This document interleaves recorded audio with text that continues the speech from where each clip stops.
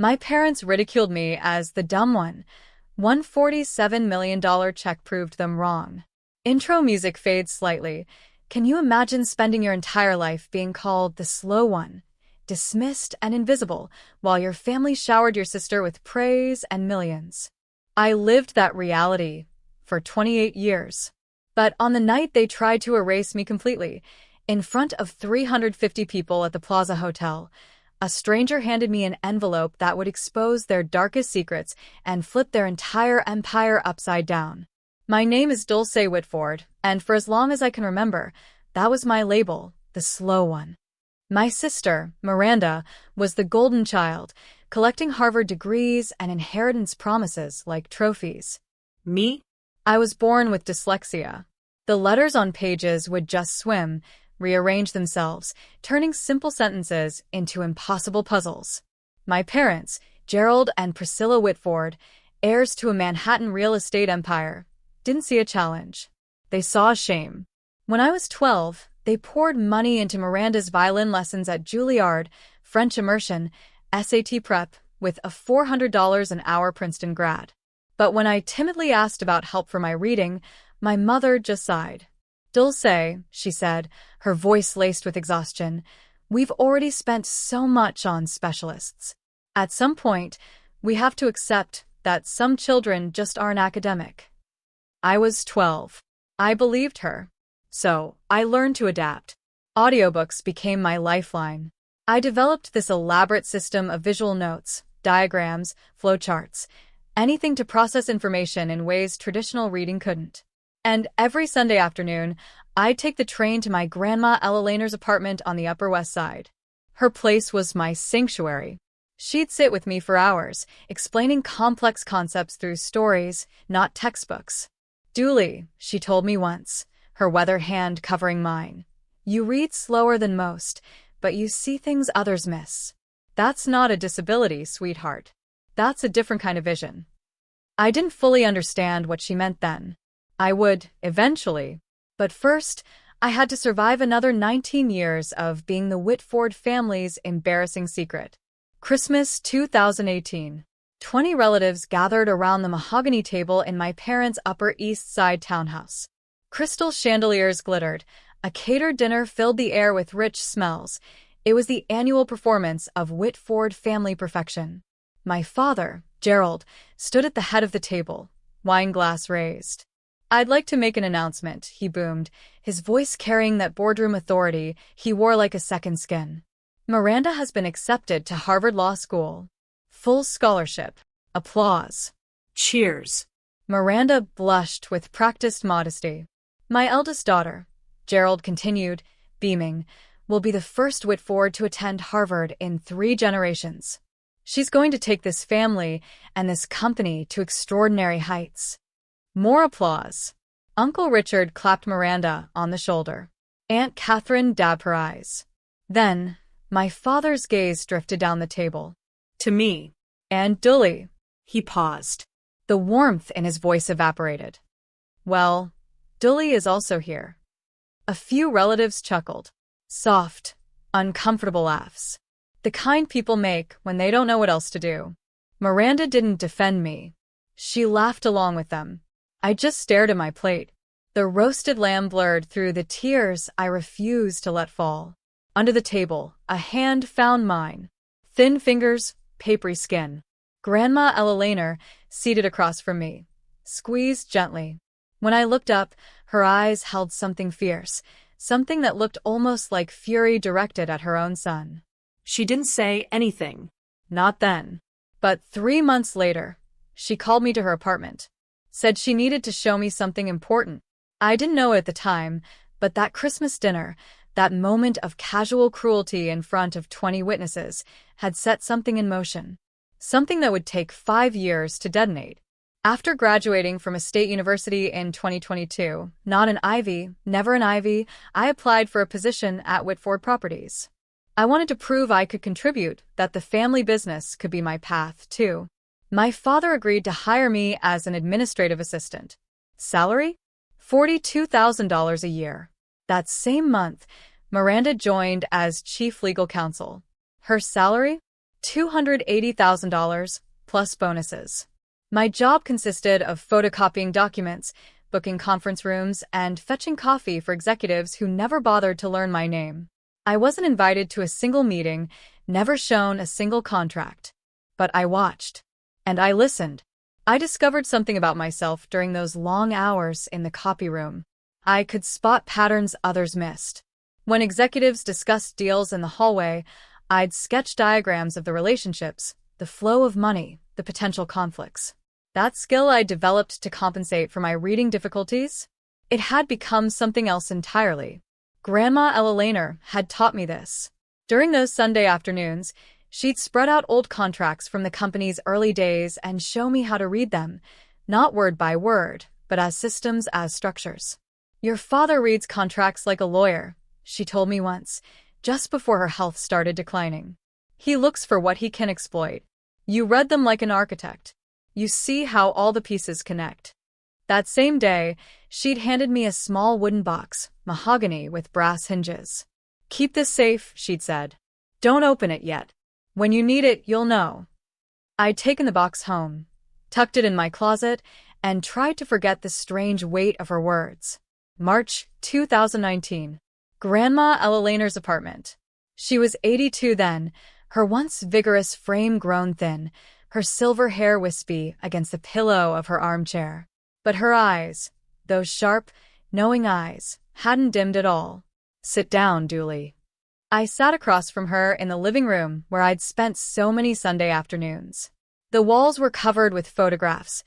Ella Lehner breaking ground on her first Brooklyn property in 1965, Ella Lehner shaking hands with Mayor Koch, Ella Lehner accepting a Women in Business award. Not a single photo of my father at the helm. "I built Whitford Properties from nothing," she said, her voice carrying decades of steel. "One office, one secretary, 60 years of work." "Your father." She paused, and something bitter flickered across her face. "Your father inherited it. He didn't build it. He doesn't understand what it means to create something. He judges people by their credentials, their degrees, their ability to perform in boardrooms." She leaned forward. "I judge people by how they treat those who can't fight back. And you, Dulce, you're the only one in this family who knows how to be kind."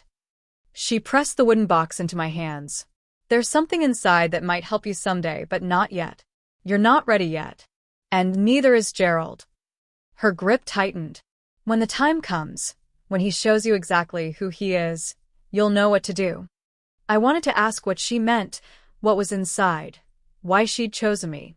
But she changed the subject, started talking about the weather, her garden, the book she was reading. 18 months later, she was gone. Pancreatic cancer. I held her hand in the hospice. The only family member at her bedside. The box remained unopened in my closet. April 2024. The email arrived on a Tuesday afternoon. Subject line: Position restructuring, confidential. Dear Ms. Whitford, as part of our ongoing organizational optimization, your current position will be eliminated. Effective July 1st, 2024. HR will contact you regarding severance options. I read it 3 times. The letters swam, rearranged, then settled back into the same devastating message. They were firing me. That evening, I stayed late, organizing files no one would ever look at. Through the thin wall separating my cubicle from my father's corner office, I heard voices. "Gerald and Priscilla. Can't have her here when Miranda takes over," my father was saying. "It looks bad. The CEO's sister working as a secretary. People will ask questions." "What kind of questions?" my mother asked. "Why she's not in leadership. Why we haven't promoted her." A pause. "Why she's the way she is."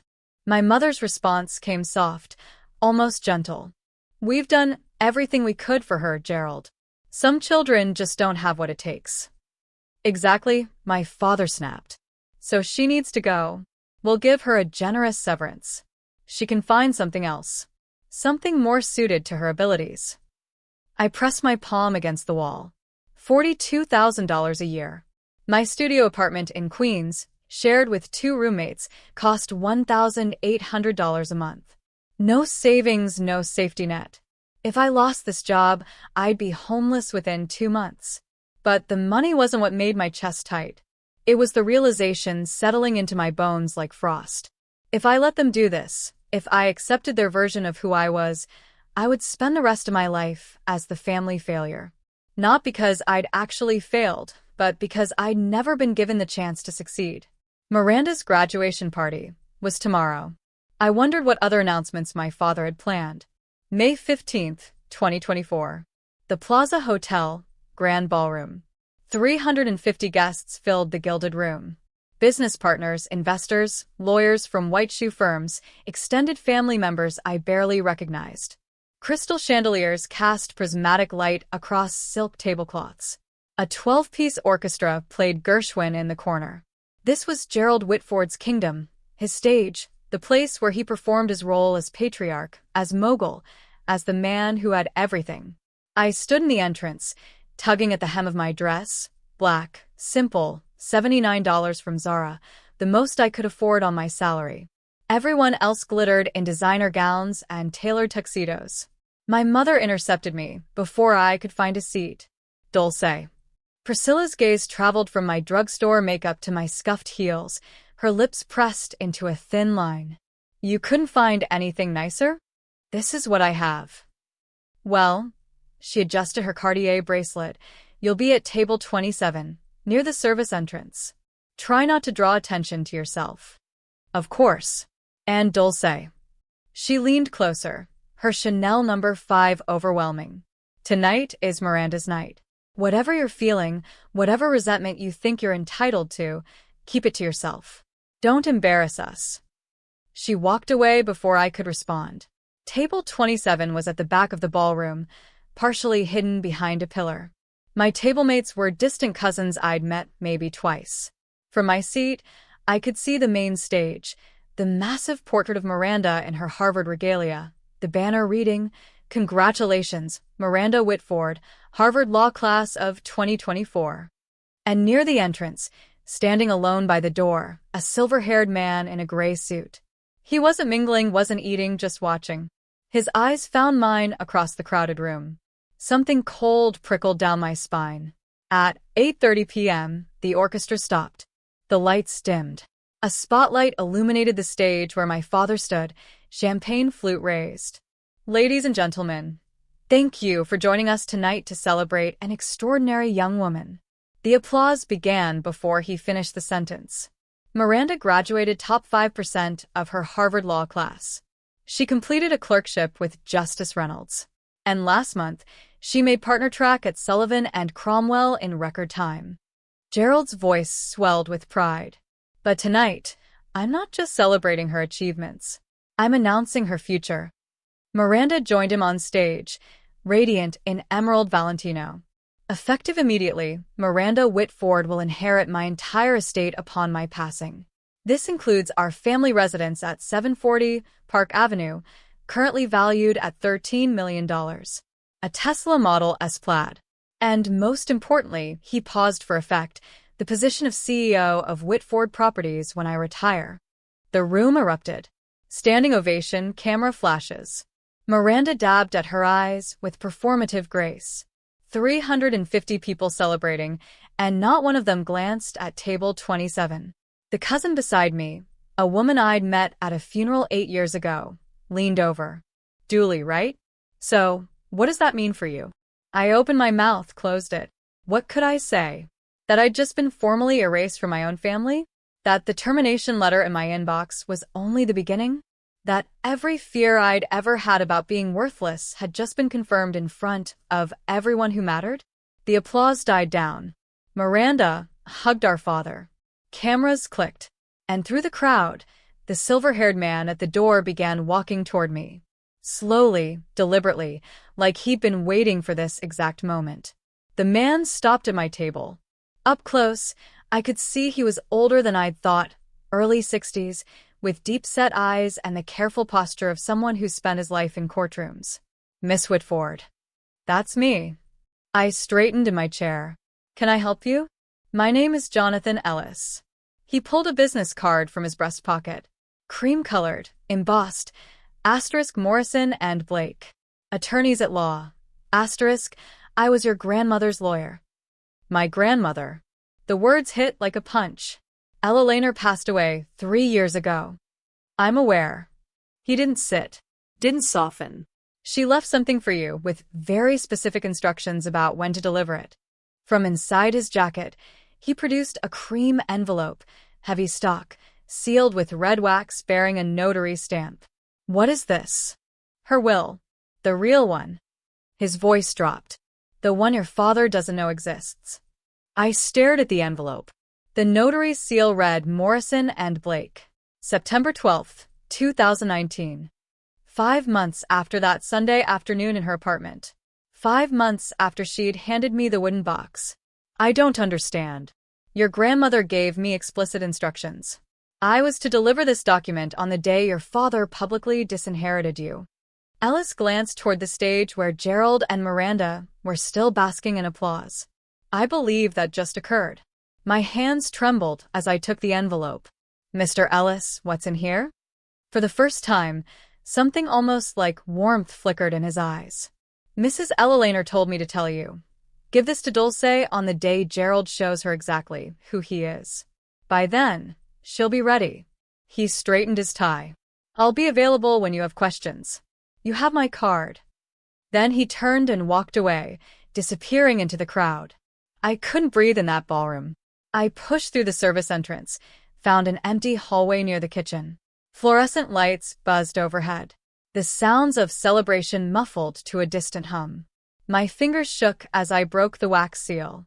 Inside, 3 pages of dense legal text. A notarized signature. A date, September 12th, 2019. I read slowly, carefully. The letters swam, but I forced them into focus. I, Ella Lehner Margaret Whitford, being of sound mind and body, do hereby revoke all previous testamentary documents and declare this to be my last will and testament. My eyes caught on a paragraph near the middle. To my granddaughter, Dulce and Whitford, I bequeath 51% of my shares in Whitford Properties LLC, currently valued at approximately $47 million, along with all voting rights associated therewith. I read it again. And again. 51%. Controlling interest. The will continued. This bequest is made with full knowledge of my son Gerald's treatment of Dulce. She has been excluded, diminished, and denied opportunity, not due to lack of ability, but due to lack of support. Julie is not slow. Julie was abandoned. And I will not allow her father's prejudice to continue after my death. A sob caught in my throat. Grandma had seen. She'd seen everything. Condition.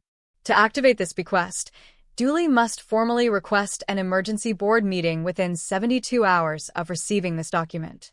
Failure to act within this window will render this will null and void, and all assets shall transfer per my 2015 testament.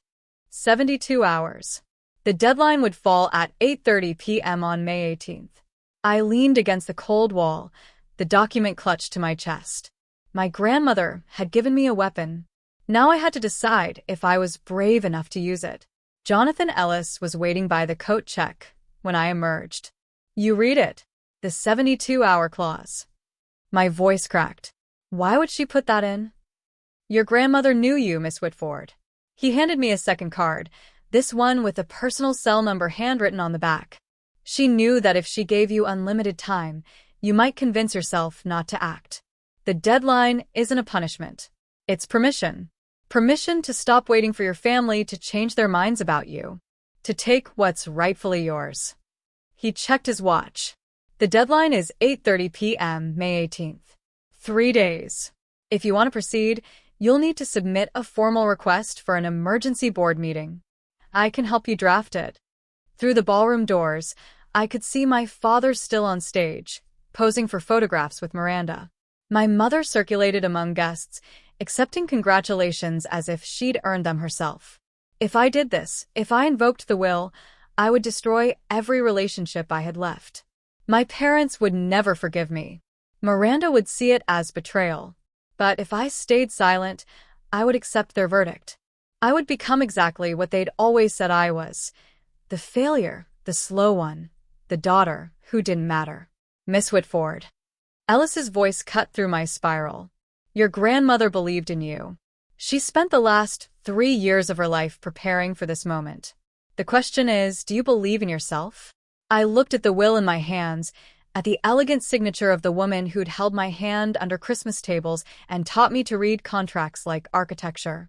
I'll call you tomorrow, I said. We're requesting that board meeting. Ellis allowed himself a small smile. She said you would. Pause for emotional beat. I'm going to pause here for just a moment.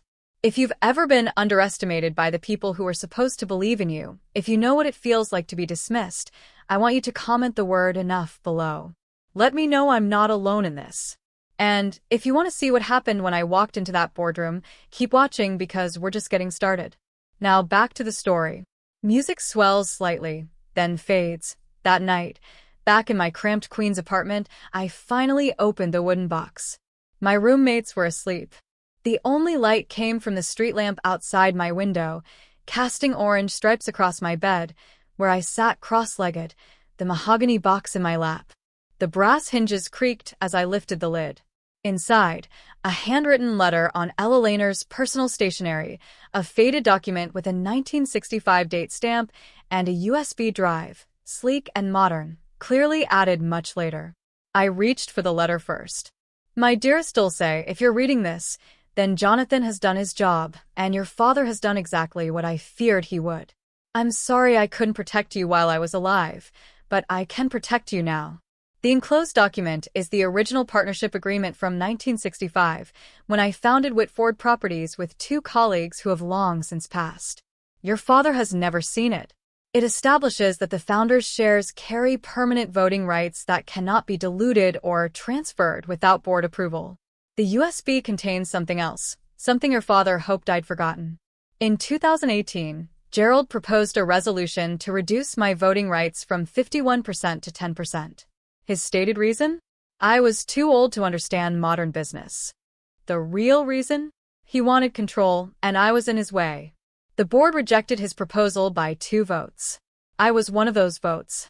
I never forgot what he tried to do. And I never forgave him for the way he treated you to justify it. As though diminishing you somehow proved I was unfit. Use this wisely, Dulce. Not for revenge. For justice. All my love, Grandma Ella Lehner. I plugged the USB into my laptop. The file was labeled Board Meeting Minutes, March 2018. PDF. My father's attempt to strip his own mother of power. Documented. Time-stamped. Evidence. May 16th, 9:01 a.m. Margaret Coleman answered on the second ring. Julie Whitford. Her voice carried the rasp of someone who'd smoked for decades and laughed even longer. I've been wondering when you'd call. You know who I am? Sweetheart, your grandmother and I built half of Brooklyn together in the 70s. She talked about you constantly. A pause. She also told me about the will 3 years ago, right before she passed. I gripped my phone tighter. Then you know what I'm about to do.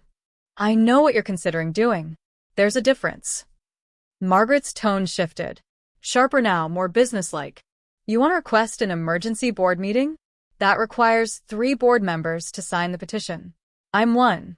You'll need 2 more. Can you help me find them? I can do better than that.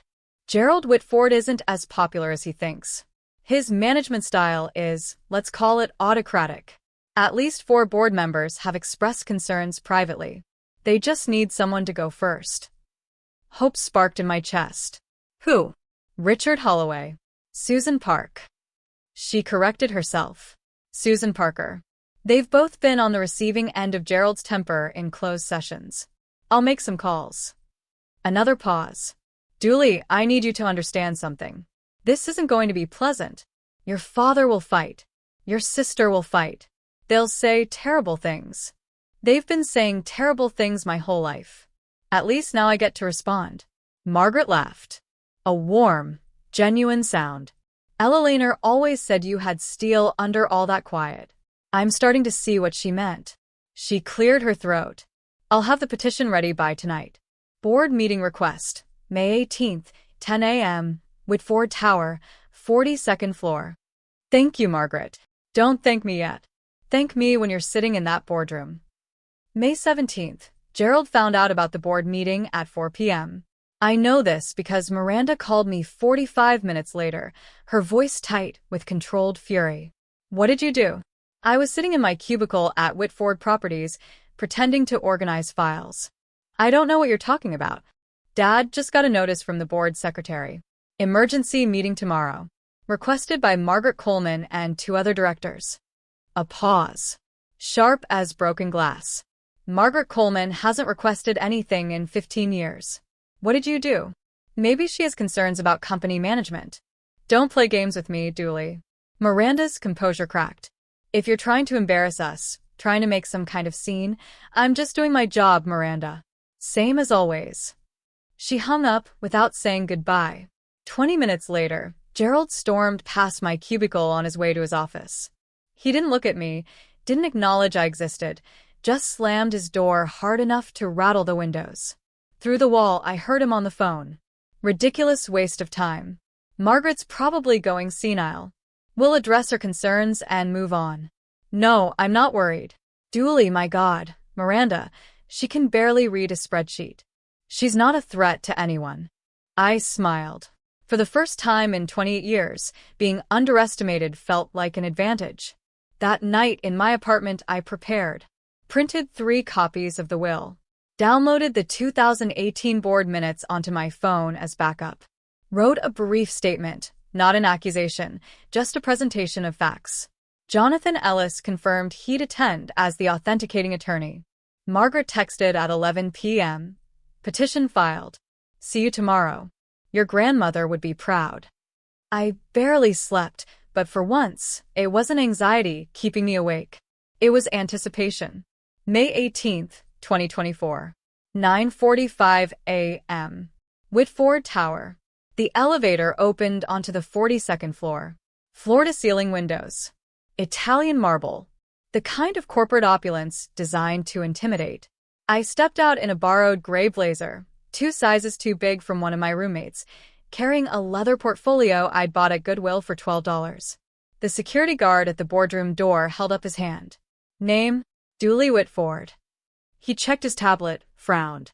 You're not on the authorized attendee list. I'm a Whitford Properties employee and I have business with the board.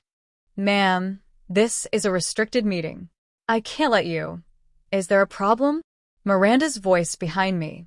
I turned. She looked immaculate.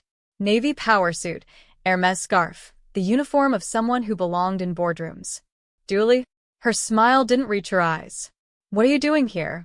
I have information to present to the board. Information? Miranda laughed. A sharp, performative sound. About what? You work in the copy room. The nature of my presentation is confidential. You don't even know what ROI stands for. Return on investment. It's not that complicated. Miranda's smile flickered. Before she could respond, our father appeared at the end of the hallway, flanked by 2 senior executives. What's going on here? Dulce wants to attend the board meeting, Miranda said. I was just explaining that's not possible. Gerald looked at me the way he always did, like I was a stain he couldn't quite scrub out. Dooley, go back to your desk. This doesn't concern you. Actually, a voice called from inside the boardroom. It does. Margaret Coleman appeared in the doorway. 72 years old, silver-haired, standing with the quiet authority of someone who'd been building empires when Gerald was still in diapers. I invited her. She is standing to address the board. Margaret smiled. Let her in. Gerald's jaw tightened. For a moment, I thought he might physically block the door, but Margaret Coleman had been a board member for 32 years. Her authority in that room exceeded his. Fine. My father's voice was ice. Let her speak. We'll see how long it takes before she embarrasses herself. The boardroom was smaller than I'd imagined. An oval table of polished walnut. 12 leather chairs. Portraits of past executives on the walls, including, I noticed, my grandmother Ella Lehner, her painted eyes seeming to watch from above the fireplace. 12 board members took their seats. Gerald at the head, Miranda to his right, not officially a board member yet, but positioned as his apparent heir. I was directed to a chair at the far end. The children's table of corporate governance. In the corner, Jonathan Ellis sat with his briefcase. He caught my eye, nodded once. Robert Hartley, the board chairman, a distinguished man in his mid-60s who'd known my grandmother for decades, called the meeting to order. This emergency session was requested by Margaret Coleman, Richard Holloway, and Susan Parker. Margaret, you have the floor. Margaret rose. Thank you, Robert. I'll keep my remarks brief. She gestured toward me. The matter I wish to address concerns a document that has recently come to light. A document that affects the ownership structure of this company. I yield my time to Miss Dooley Whitford. All eyes turned to me. Miranda smirked.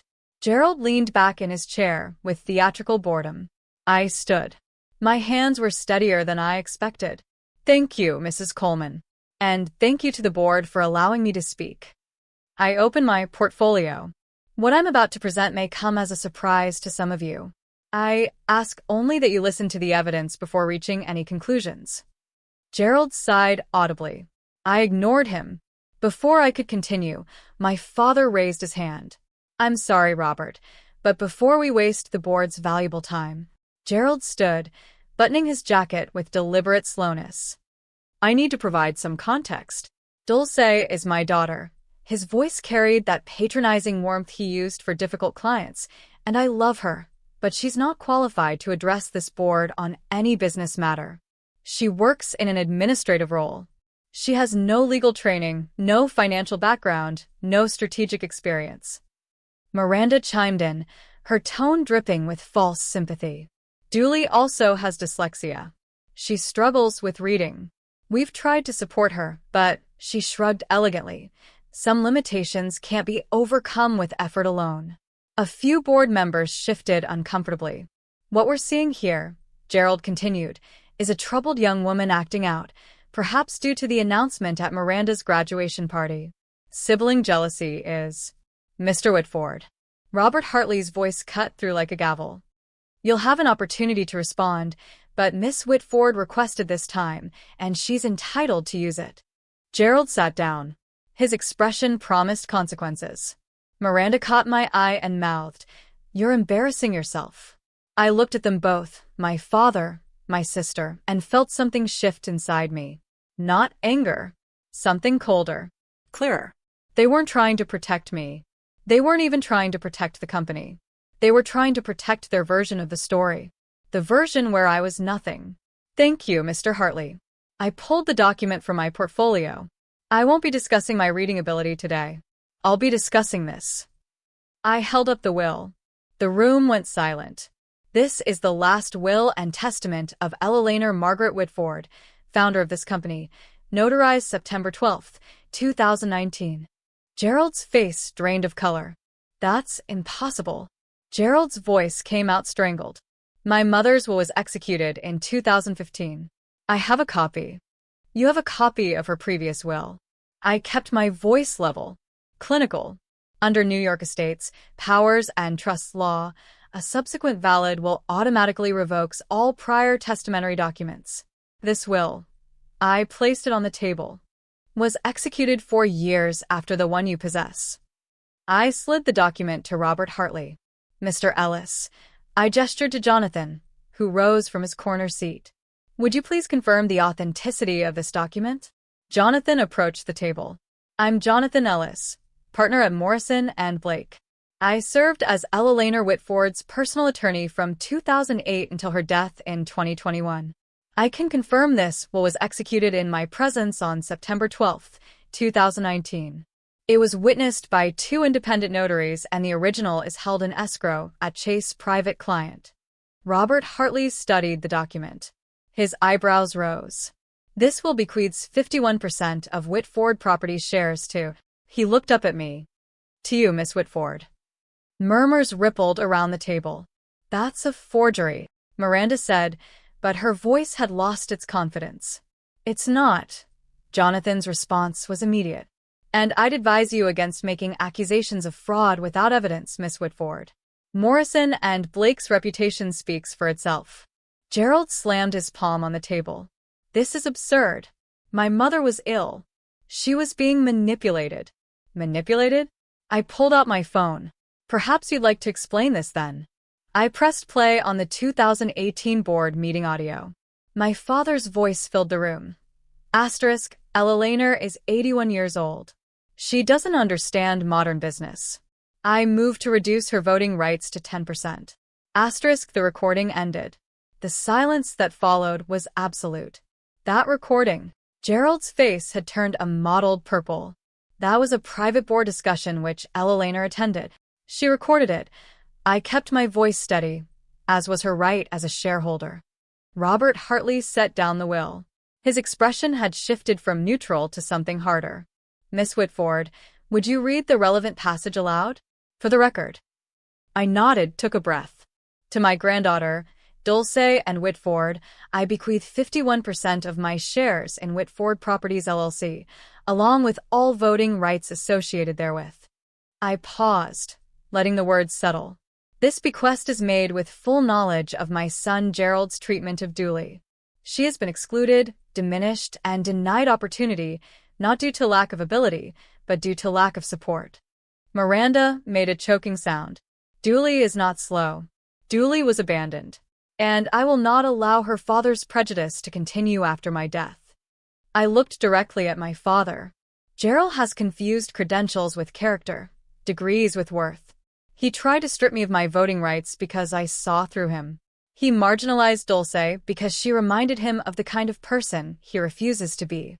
Gerald said nothing. His hands, I noticed, were trembling. The will concludes, I built this company from nothing. I choose who carries it forward. I choose Dooley.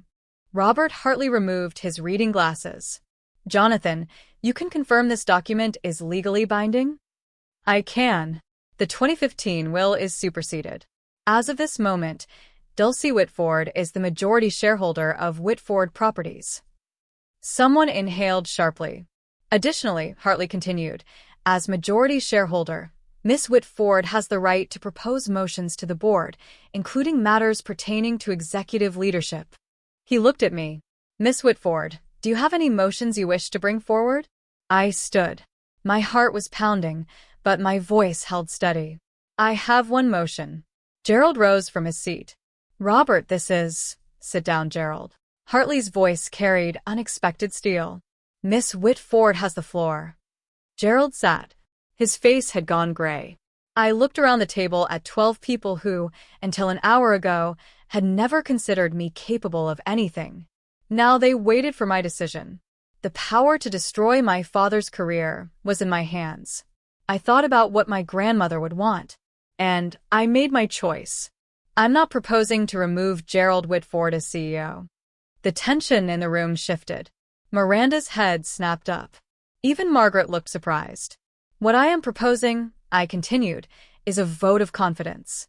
The board will decide whether Gerald Whitford retains their confidence as CEO of Whitford Properties. If the majority votes no confidence, he resigns. If the majority votes confidence, I will not interfere with operational leadership during my tenure as majority shareholder. This is absurd. Miranda stood. You're turning this into a spectacle. A revenge fantasy. No. I met her eyes. This is corporate governance. The same process that exists in every well-run company. The same process Grandma Ella Lehner established in our bylaws 40 years ago. I paused. If Dad has the board's confidence, he has nothing to worry about. Robert Hartley studied me for a long moment. Something like respect flickered in his expression. Is there a second for this motion? Seconded. Margaret Coleman didn't hesitate. Then we'll vote. All those expressing confidence in Gerald Whitford as CEO, raise your hands. For hands went up. Gerald's allies. People who owed their board seats to his recommendations. All those expressing no confidence. 7 hands rose. Robert Hartley counted twice. Then he set down his pen. The motion carries 7-4, with 1 abstention. He turned to Gerald. Mr. Whitford, the board has voted no confidence. Per Section 14.3 of our bylaws, you have 30 days to tender your resignation. Gerald said nothing. He stood, looked at me. Really looked at me. For what might have been the first time in my life, I expected rage, hatred, threats. What I saw was worse. Recognition. The understanding that he'd underestimated me so completely that he'd lost everything. He walked out without a word. Pause for emotional beat. I know what some of you are thinking right now. Why didn't she just fire him? Why give him the chance to keep his job? Because revenge isn't justice. Because destroying someone doesn't undo what they did to you. And because my grandmother didn't raise me to be cruel, she raised me to be fair. If that resonates with you, hit like, hit subscribe, turn on notifications because the story isn't over. Not even close.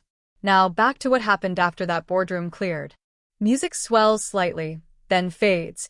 Gerald caught me in the private corridor outside the boardroom. Priscilla was with him. Someone must have called her during the recess. Her face was tear-streaked, mascara bleeding down her cheeks. You. Gerald's voice was barely controlled. You ungrateful, scheming, Gerald. Priscilla put a hand on his arm. Not here. Not here. She just destroyed our family in front of 12 people. I stood my ground. I didn't destroy anything. I told the truth. The truth. Gerald laughed bitterly. Your grandmother was manipulated. That lawyer, Ellis, he must have. Grandma Elena wrote that 5 months after you tried to strip her of power, my voice didn't waver. Because she saw exactly who you are. You didn't lose because I betrayed you. You lost because you betrayed her. Priscilla stepped forward. Dulce, sweetheart, you have to understand. We were trying to protect you. You've always struggled. We didn't want to put pressure. You didn't protect me. You erased me. 28 years of silence crystallized into words. Every Christmas dinner, every family photo, every conversation where you talked about Miranda's achievements and pretended I didn't exist. That wasn't protection. That was abandonment. That's not fair. You're right. I met my mother's eyes. It wasn't fair. I spent my whole life trying to prove I was worthy of this family. I'm done proving. The documents speak for themselves. Gerald grabbed my arm. This isn't over. We'll contest that will. Will. I pulled free. You'll lose. And you know it. Because Grandma Elena planned for every contingency. Including this one. I walked toward the elevator. Behind me, I heard my mother's voice. Dulce, wait. I didn't wait. For the first time in my life, I didn't need their permission to leave. The elevator doors closed on my parents' faces. I leaned against the brushed steel wall, finally allowing myself to breathe. The adrenaline that had carried me through the past 2 hours began to ebb, leaving something unexpected in its wake. Not triumph. Not satisfaction. Grief. I'd just severed 28 years of hoping things would change, of believing that if I was patient enough, quiet enough, good enough, my parents would eventually see me, love me the way they loved Miranda. That hope was dead now. I'd killed it myself. The elevator descended 42 floors. By the time it reached the lobby, I'd wiped my eyes and straightened my borrowed blazer. Jonathan Ellis was waiting by the security desk. He searched for the word. Remarkable. It was necessary. Your grandmother would agree. He fell into step beside me as I walked toward the exit. What happens now? Now I go home, sleep, try to figure out what my life looks like without the family I thought I had. And the company. I shook my head. I don't want to be CEO. I never did. We stopped at the revolving doors. I just want the company my grandmother built to be run by people who actually care about it, not people who see it as their personal inheritance. Ellis nodded slowly. The board will want to meet with you, discuss transition plans, your role going forward. I know. I pushed through the door, felt the Manhattan sunlight hit my face. But not today. Today, I just need to be Julie Whitford. Not a shareholder. Not a victim. Not a symbol. And tomorrow. I looked back at Whitford Tower, 42 stories of glass and steel bearing my family's name. Tomorrow I start building something new. May 19th, 2024. Gerald Whitford signed his resignation letter at 4 p.m. I wasn't there. I learned about it through an email from Robert Hartley. Miss Whitford, your father has tendered his resignation effective June 15th, 2024. The board has appointed me as interim CEO while we conduct a search for permanent leadership. Additionally, the board has voted to offer you a formal position, strategic advisor to the board. This role would allow you to participate in major decisions while you determine your long-term relationship with the company. Please let me know your thoughts. Regards, Robert Hartley. I read the email 3 times. Habit. And then forwarded it to Jonathan Ellis for review. His response came within an hour. Fair offer. No hidden strings. Congratulations, Dulce. That evening, an all-staff email went out to the Whitford Properties team. Effective June 15th, Gerald Whitford will step down as CEO. Robert Hartley will serve as interim CEO. Additionally, the board welcomes Dulce Whitford as a strategic advisor in her capacity as majority shareholder.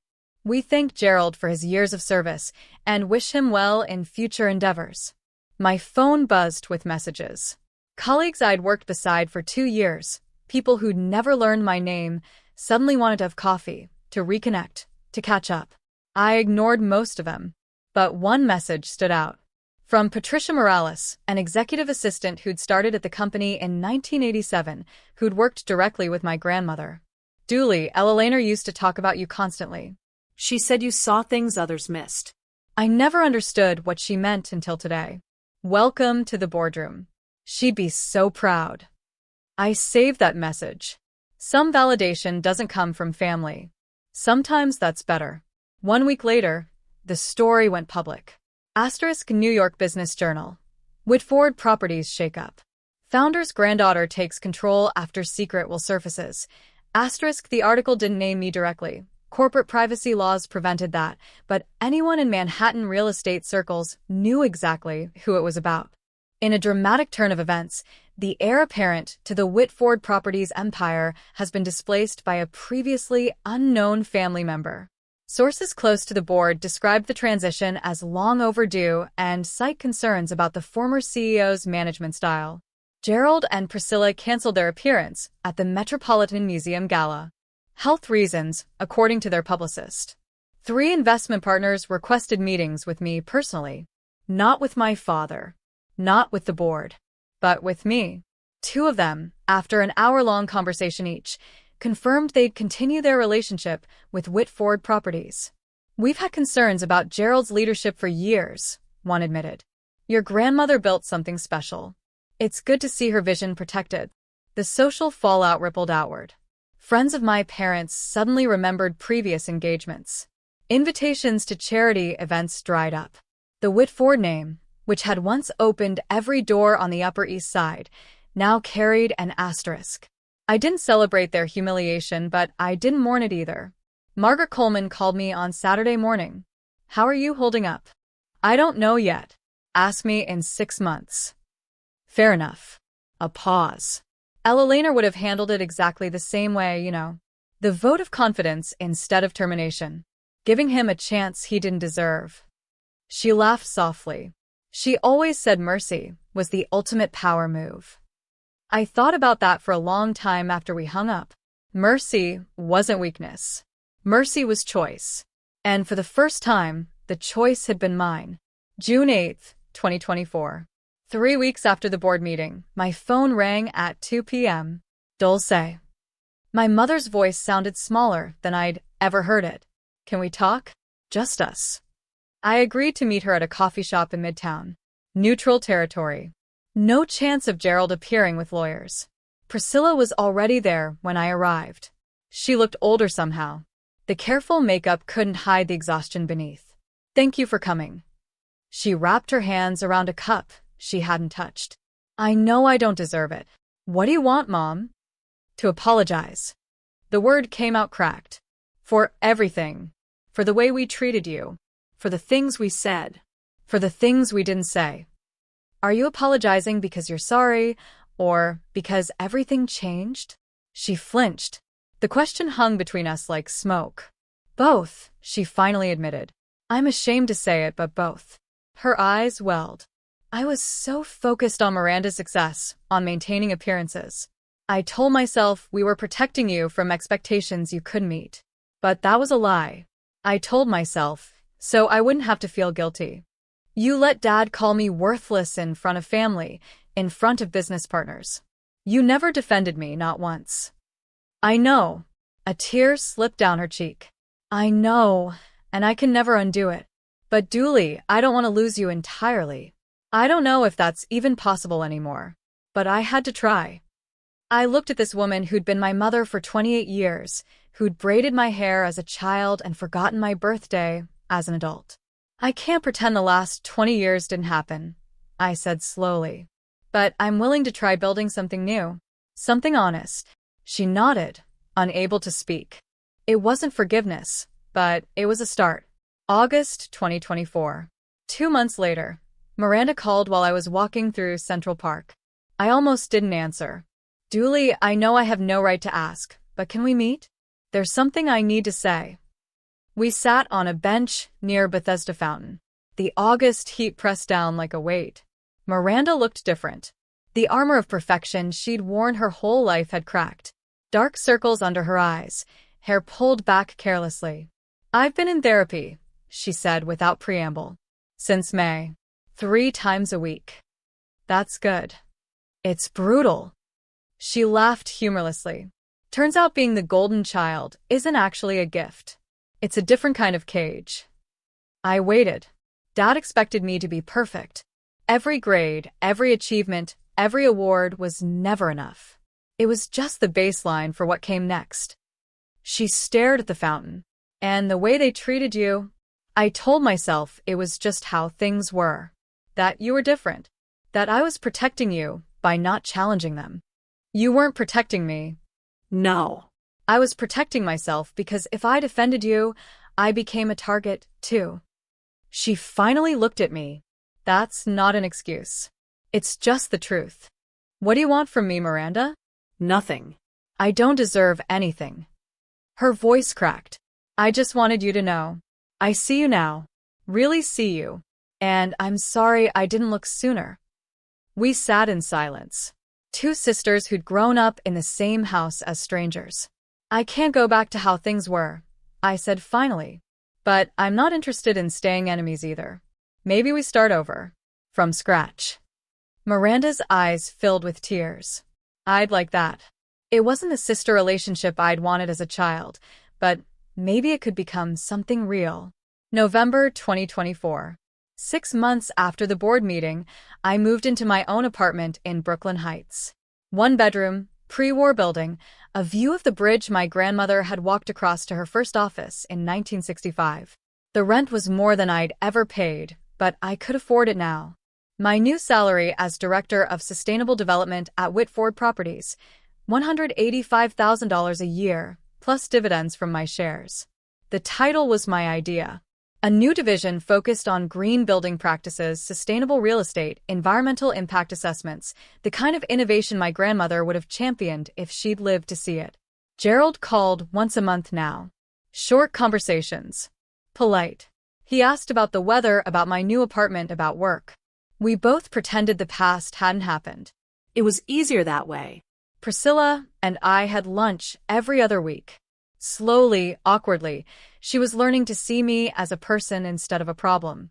It wasn't the mother-daughter relationship I'd dreamed of, but it was honest, which was more than we'd ever had.